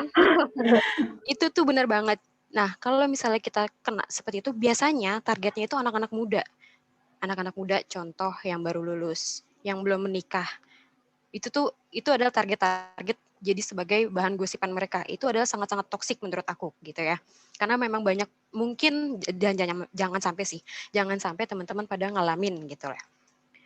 Menurut aku kita itu selain di rumah, selain di relationship sama pacar atau sama tunangan atau whatever, kita juga perlu menghargai diri kita sendiri di kantor gitu loh. Menurut aku, hal yang utama yang perlu kita tegasin di kantor adalah kita nggak perlu menjelaskan kita tuh bagaimana, tapi kita perlu menghargai diri kita sendiri gitu loh. Selain kita, karena kita kan nggak mungkin dong kita kayak misal tadi ada sharing, coba tanya kesalahan di mana, kita nggak bisa memposisikan selalu bisa seperti itu. Menurut aku ya, karena nggak mungkin kita ujuk-ujuk ngomong sama ibu-ibu paruh baya sekitar 45 tahun yang menuju usia menopause atau something, kan kita nggak tahu ya, sensitivitasnya kan berbeda gitu lah. Jadi sebenarnya sebagian toksik itu di office kita harus sama-sama ngerti sih gitu loh. Jadi jangan menganggap bahwa kita itu adalah sebagai public enemy di kantor. Kita harus lihat dulu yang ngomongin kita itu siapa. Jadi kita lebih ngerti, oh yang ngomongin yang kayak gitu kok, ya sudah, kita mau ngapain. Memang kita mangsanya dia gitu loh. Yang penting yang kita harus lakukan adalah kita jangan nyampe ikut-ikutan kayak gitu. Benar tadi kata Mbak Christina Ibaho bahwa sangat-sangat hindarin yang namanya bergosip di kantor. Karena pertama, itu selain akan menjadi makanan kita sehari-hari, kedua, kalau kita nggak ada ya kita yang digosipin. Aduh. Gitu sih. Itu terjadi Ya di nggak mana-mana sih? ya. Terjadi di mana-mana. Cuma memang akan lebih ngena kalau misalnya kita di kantor. Kenapa? Karena itu akan ganggu banget sama kinerja kita gitu loh. Susah yang namanya kerja. Kalau kita di kampus gitu diomongin atau kita jadi public enemy di suatu kelas atau di something, ya it's okay. Udah terserah lo gue. Tapi kalau di kantor, kita ada yang namanya KPI, itu sangat ngaruh sama pekerjaan kita. Jadi nggak ada yang bisa menghormati diri kita sendiri selain kita. Dan selain kita menghormati diri kita sendiri, kita juga hormatin mereka. Oh ya sudahlah, mereka memang sudah sepuh. Jadi kita ya juga saling ngerem aja sih. Kita lihat kondisinya gimana, ritme kerjanya. Oh ya wajar mereka ngomongin kita, ya wajar kita jadi public enemy ya. Toh orang ritme kerjanya seperti ini lebih banyak waktu untuk ngobrol gitu sih kalau menurut aku. Iya, thank you nih untuk sharingnya. Jadi memang itu tidak bisa bentuk kemungkinan ya kita akan menemukan hal tersebut gitu di dalam dunia pekerjaan. Sebenarnya nggak jadi dunia pekerjaan sih, tapi bedanya kalau udah di kantor, kita bisa keluar dari lingkungan itu kalau memang kita sudah resign gitu ya. Kalau misalnya kita masih di situ ya dengan lingkungan itu gitu. Jadi bagaimana dealingnya? Dealingnya itu tadi hindari gosip. Boundaries itu penting. Tujuan sama satu lagi sih menurut aku, kita juga harus kalau kita udah kayak wah nggak bisa nih, kayak nggak kuat di sini gitu loh, kita ingat-ingat juga apakah omongan mereka itu sebanding dengan perjuangan kita masuk ke kantor itu gitu. Siapa tahu itu kantor impian kita, karena nanti kalau udah dunia kerja itu tidak ada 100% kantor yang benar-benar kita impikan. Pasti ada minusnya, entah itu dari lingkungan kantor, entah itu dari bosnya, entah itu dari salary gitu. Cuma kalau sampai kita harus resign karena itu, coba lihat pertimbangan lainnya aja sih, kalau menurutku sih gitu. Ya, betul. Thank you banget untuk sharingnya. Jadi nanti untuk teman-teman yang saat ini mungkin masih berkuliah, kalau sudah bekerja nanti coba dicek lagi, gitu. Apakah kita merasa culture fit dengan company itu, walaupun itu adalah company impian kita. Culture fit itu penting. Karena apa? Kita bisa perform kalau kita sendiri juga nyaman dengan lingkungannya. Gitu. Oke, nih guys, jadi ini ya guys buat notes nanti kalau kita mau cari kerja. Makasih juga ya Kak ya udah sharing. Makasih Kak Rizka. Mungkin satu lagi ya, terakhir. Iya Bir, boleh dikasih ini aja Bir. Terakhir ada yang mau ngomong lagi atau kita ambil dari chat aja nih? Ada beberapa dari kolom chat. Ada yang raise hand mungkin?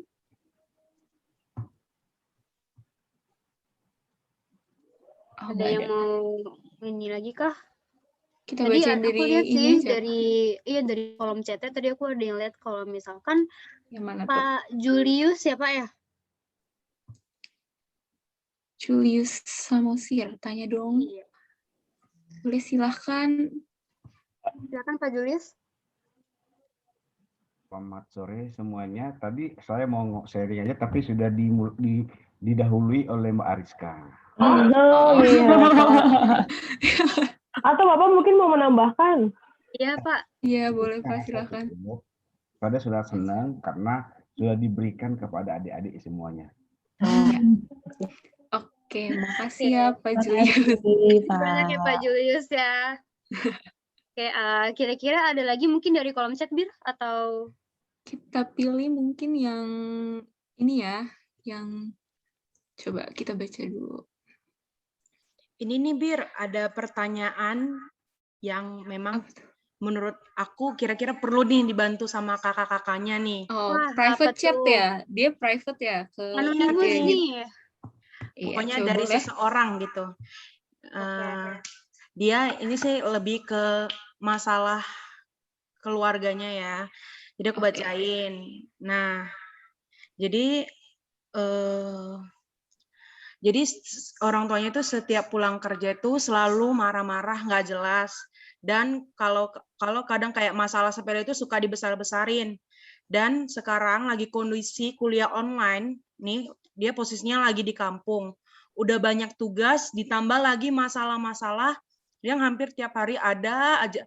Kadang sampai nangis. Dan semua masalah itu rasanya tuh kayak bikin mental dia itu ngedown nih Kak, ngedown banget. Jadi teman kita ini pengen pergi rasanya, tapi tuh nggak tahu mau pergi kemana, mau balik ke lingkungan kampus juga nggak dikasih izin sama orang tua. Menurut kakak itu gimana nih solusinya? Soalnya kan ini kan udah urusan dengan mental nih ya Kak ya, udah merasa kurang nyaman gitu. Itu gimana tuh Kak? Coba, ini berarti Banget toksik pertanyaannya sebenarnya. di keluarga ya? Iya, konflik keluarga yang berat ya hitungannya ya. Coba Kak Jessica mungkin bisa bantu jawab. Oke, aku bantu jawab ya. Jadi gini, kalau udah masalah keluarga kan seperti yang tadi aku bilang ya, bahwa nggak bisa dirubah orangnya.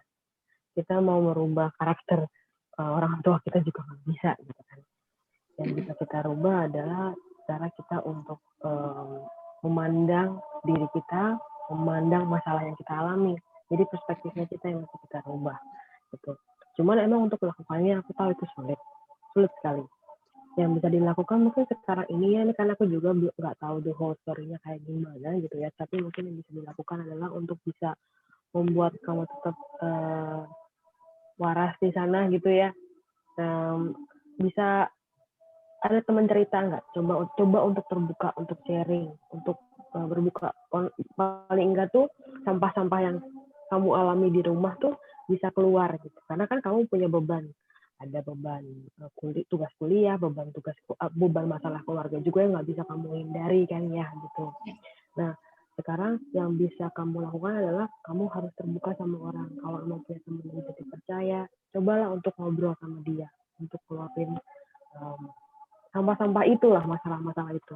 Kemudian yang kedua adalah fokus sama apa yang bisa kamu lakukan aja dulu gitu.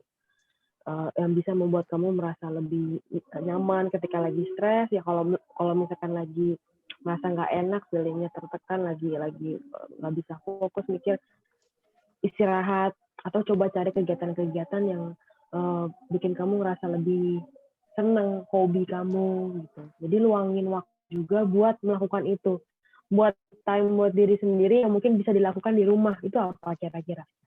Misalkan hobinya apa, kamu misalkan mungkin sukanya apa, berkebun banyak tuh sekarang tuh ya berkebun, entah ya kalau makan nanti ada stres berikutnya, melihara ikan. Nah itu ya melihara ikan, melihara peliharaan, itu tuh juga salah satu untuk yang bisa kamu lakukan, bisa stress release gitu. Melakukan hal-hal kegiatan yang menyenangkan. Dan satu lagi mungkin kamu juga bisa bikin jurnal emosi. Oh, gitu kayak ya. gimana tuh Kak? Bikin jurnal emosi tuh jadi itu juga salah satu cara yang bisa kita lakukan untuk bisa mengenali diri gitu ya. Kayak bikin diary gitu ya. Tapi kalau diary kan biasanya kita ngisinya apa aja yang keluar di kepala gitu kan. Kalau ini lebih ke ini. Hari ini kamu merasa apa? Karena apa gitu kan. Terus tadi yang kamu lakukan apa? Solusinya itu cukup efektif nggak buat kamu gitu. Oh, kalau cukup efektif, berarti besok bisa diulangi lagi nih ketika kejadian yang sama, gitu kan. Jadi sebenarnya lebih terarah sih apa yang kamu rasain, itu terjadinya karena apa kan? Karena ketika kita merasa sesuatu kan kita harus tahu ya penyebabnya tuh apa, gitu ya.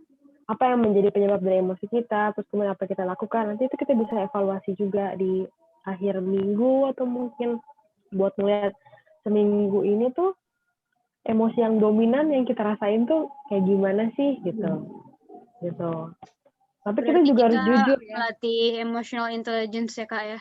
Iya, sih kita untuk bisa memahami diri kita gitu. Nggak usah denial, itu kan buku kan kamu yang punya. Jadi kalau emang lagi marah bilang aja aku tuh marah sama misalkan sama orang tuaku karena mereka tuh gini. Nggak usah aku tuh nggak marah tapi tuh kan dia sering kayak gitu ya. Kayak kita tuh berusaha untuk nggak marah tapi sebenarnya kita tuh marah. Justru dengan kita jujur sama diri sendiri, kita menerima perasaan kita itu membuat beban yang kita rasain menjadi lebih ringan. Kalau misalkan kita marah tapi kita bilang yang nggak marah, itu malah kerasa lebih berat kan ya? Iya. Gitu. Mendem gitu ya. Mendem ya, jadinya. Jatuhnya jadinya mendem. Jadi itu juga bisa jadi salah satu bentuk stress release yang bisa kamu lakukan di rumah. Berarti ya. ibaratnya kayak burn book versi pribadi gitu ya. Versi pribadi. Kayak Mean Girls gitu. Mau di laptop boleh, di mana terserah. Tapi itu bisa membuat kita bisa mempelajari diri dengan lebih baik juga. Cintaku, sayangku. Iya, oke. Mungkin yang tadi bertanya bisa kejawab ya. Bisa mungkin dimulai dari langkah kecil, yaitu cerita dulu sama orang lain gitu. Atau emang kalau nggak berani bisa bikin jurnal emosi kayak yang tadi Kak Jessica ceritain gitu. Terus fokus juga sama apa yang kita lakuin, dan yang penting tuh istirahat sama lakuin apa yang kita suka gitu. Refreshing. Iya, betul banget. Ya ampun Bir, nggak kerasa jangan banget. yang bikin itu ya, jangan yang bikin masalah nongol lagi kayak tadi makan, malah jadi overweight terus pusing stres lagi. Aku lagi fase itu Kak. Oh gitu. Lakuin yang fun berarti ya Kak. Iya, yang bisa membuang energi kita, yang bisa ngebuang emosi, yang bergerak kalau bisa sih. Tuh, gitu tuh Bir. Oke. Nggak terasa banget ya Bir, udah nyampe jam segini Bir, ya ampun. Iya ya, sumpah kalau misalnya obrolan kita nggak dibatasin sama waktu, pasti akan panjang banget dan cerita-ceritanya seru-seru banget ya. Terima kasih yang udah cerita, dan terima kasih untuk Kak Jessica, Kak Eva, terima kasih udah ngasih sentilan-sentilan yang lumayan kena buat kita semua. Menyentuh banget gitu istilahnya ya. Betul banget. Makasih banget juga, pasti banyak banget yang sharing sampai banyak sebenarnya yang anonimus gitu ya, ibaratnya kan banyak yang ngechat dari panitia-panitia lain, ada yang dari WhatsApp bahkan gitu. Maaf banget kalau misalkan nggak sempet diomongin gitu ya, Bir ya. Banget teman-teman. Mudah-mudahan kita dapat moral ya dari penjelasan kakak-kakaknya, terus tentang tadi dunia kerja kayak apa gitu, biar menyelamatkan kita ya Bir ya. Iya, betul banget. Kita harus prepare diri kita, harus nyiapin diri kita gitu untuk misalnya kalau emang kita ada di tengah-tengah itu gitu. Ya, biar lebih baik ya kan? Iya. Nah, untuk Kak Eva atau Kak Jess boleh menyampaikan kata-kata bijak nih atau quotes-quotes kali aja kayak yang sedikit-sedikit gitu buat kami semua kayak mengenai toxic relationship sebagai pengingat supaya kita semakin aware tentang hal ini dan sekeliling kita. Boleh silakan dari Kak Eva dulu ya, boleh. Kalau dari aku, poin paling penting adalah cintai dulu diri kita. Gitu. Sebelum kita mencintai orang lain. Jadi selalu ingat hal itu. Jadi harus cintai diri kita dulu. Kalau dari Kak Jessica gimana tuh, Kak? Kak Jessica mungkin? Oke, kalau dari aku, jangan malu untuk cari bantuan. Kamu nggak sendiri. Oke. Pick up ya, Kak ya? Wow, iya. Itu sih, ini benar-benar cintai diri sendiri dulu, baru mencintai orang lain, dan jangan malu untuk cari bantuan, kamu nggak sendiri. Ya, aduh, kita kan sama-sama memperkuatkan diri satu sama lain gitu. Iya. Oke, kita dari panitia acara punya sedikit tanda terima kasih. Itu ada certificate buat Kak Jessica dan Kak Eva. Thank you. Boleh yang panitia di share screen dan Kak Eva dan Kak Jessica bisa foto. Oke, Iya, yang pertama Dau boleh Kak Jessica tolong dulu. di ini ya, Dau. Boleh Kak Jessica dulu foto sama siap. Kak Jessica gaya ya Kak yang cantik. Udah cantik kok Jessica. Iya, Oke, cantik, baik. Dau gimana, udah siap? Oke, aku ambil alih ya. Belum dipin ya? Oh, oke. Yang pertama Kak Jessica ya. 1, 2, 3. Oke. Atau mau bergaya lagi nih, Kak? Udah cukup. Oke, selanjutnya Kak Eva ya. 1, 2, 3. Oke, sudah. Saya kembalikan ke Adin dan Birgita. Baik, terima kasih banyak ya Anggita sudah ngebantuin. Nah, selanjutnya berhubung kita sudah tiba di penghujung acara, akan dikirimkan link evaluasi oleh Anggita yang akan diisi oleh semua partisipan supaya kita bisa mendapatkan identitas kalian buat sertifikatnya ya, guys. Ya, silakan Anggita untuk kirimkan link evaluasinya. Oke, terima kasih Adin. Aku kirim ke kolom chat ya. Tolong diperhatikan buat teman-teman untuk namanya ya. Oke, makasih Anggita. Terima kasih banyak ya Anggita ya. Bir, selanjutnya kita ngapain nih, Bir? Oke, sambil kita ngisi link evaluasi, bisa banget buat semua partisipan menyalakan kameranya, kita akan berfoto bersama. Nah, kita foto bersamanya kali ini akan dipandu oleh Dau Panyampado. Silakan, Ya, Dau, silakan. Oke, Ayo semuanya. langsung ambil alih. Jadi kita ada 5 slide ya. Iya. Dimulai dari slide pertama. Oke, semuanya ambil sikap. Udah nyalakah kameranya semuanya? Di slide pertama udah. Yuk, yang lain.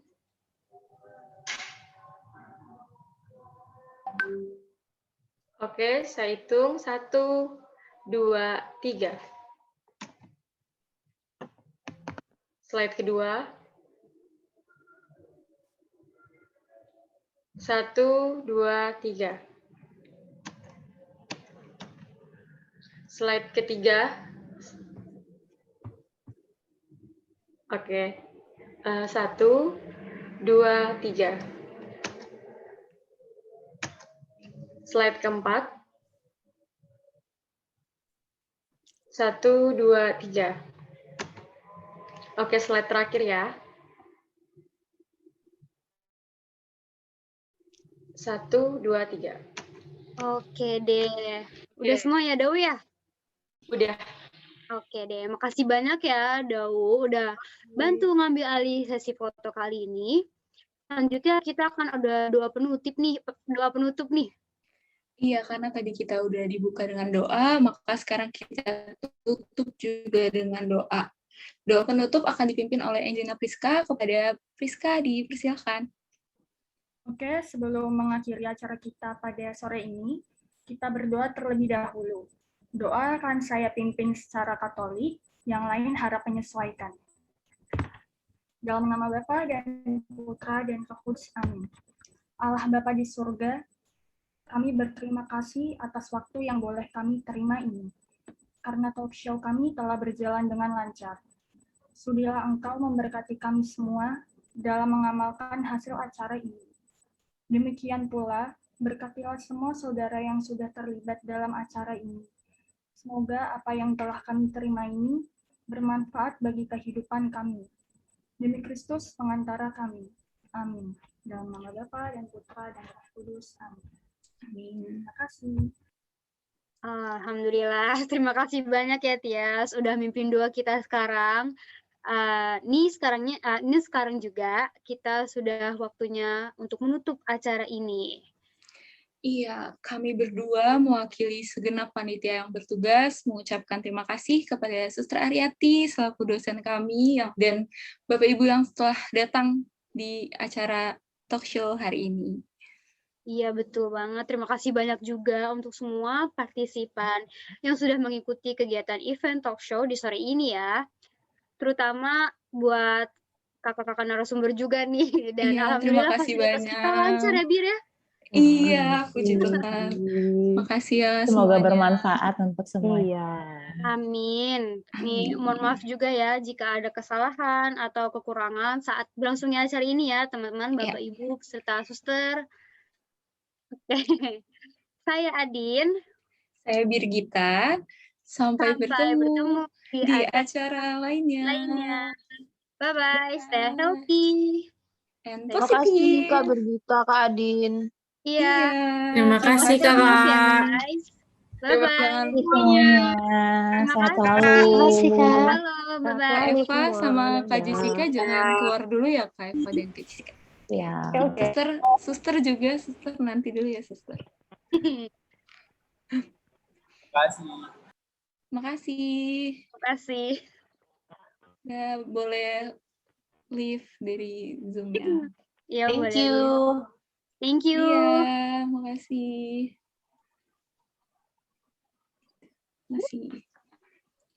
Mungkin bisa dibantu Angel dikeluarin aja. Makasih Angel. Iya, sama-sama Felix. Terima kasih Felix. Sorry, itu kakak biasalah dia. Nih, ada yang sambil makan kali ya? Bisa Angel atau co-host bisa dibantu dikeluarin aja, di remove.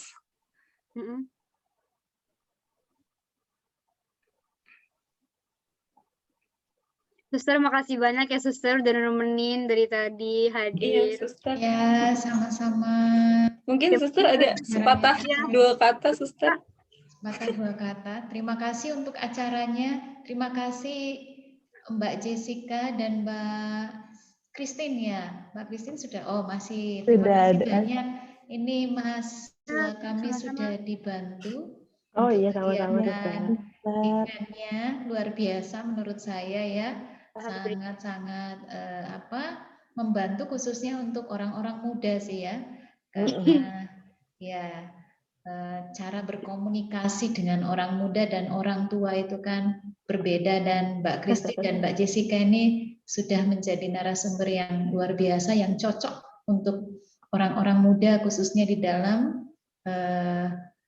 menjalin relasi ya, baik itu dengan sesama teman, dengan lawan jenis maupun dengan orang tua itu. Sekali lagi terima kasih Mbak Christine dan Mbak Jessica. Jangan kapok-kapok kalau nanti ada mahasiswa lagi mungkin yang butuh bantuan gitu ya untuk. Boleh Suster. Banyak senang kalau bisa berbagi. Keren-keren nih. Ya. Mungkin kita bisa foto rame-rame. Iya, mau ada Suster boleh ya Suster ya? Ya, boleh. Dipamerin ya Sus nanti. Siapa yang foto Dau? Bisa? Atau Anggita atau siapa? Iya. Anggita aja. Anggita yang ambil alih. Oke. Kita foto bersama.